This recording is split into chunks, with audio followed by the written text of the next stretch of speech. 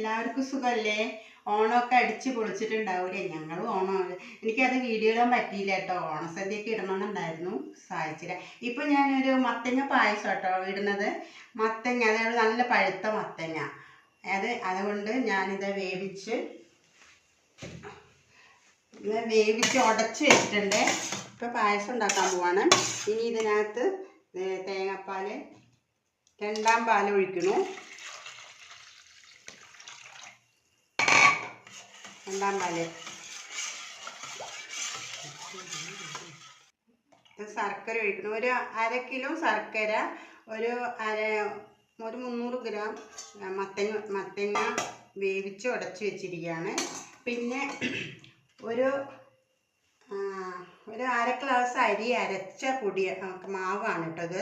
ഇതും കൂടെ നമ്മൾ ഇതിനകത്ത് ഒഴിക്കുന്നുണ്ട്. കട്ടി കിട്ടാനാണ് കേട്ടോ.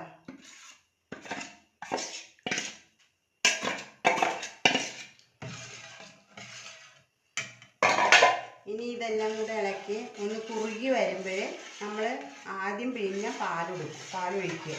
എന്നിട്ട് കാണിച്ചു തരാം. ആദ്യത്തെ പാലൊഴിക്കാൻ പോകണു. കട്ടിയായി തുടങ്ങി. ഇനി നമുക്കിതിനകത്ത് അണ്ടിപ്പരിപ്പും മുന്തിരിയും കൂടെ ഇടാം. അപ്പോൾ മത്തങ്ങ പായസം റെഡിയായി. ഇത് കുറച്ച് നെയ്യ് ഒഴിക്കുന്നു.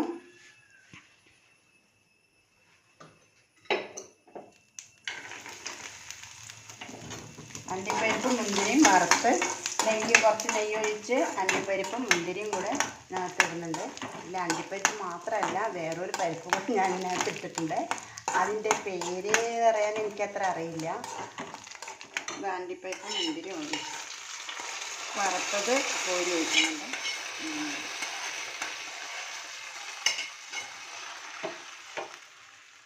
പായസം റെഡിയായി. എല്ലാവരും ഉണ്ടാക്കി നോക്കണം. നല്ല ടേസ്റ്റുള്ള പായസമാണ്.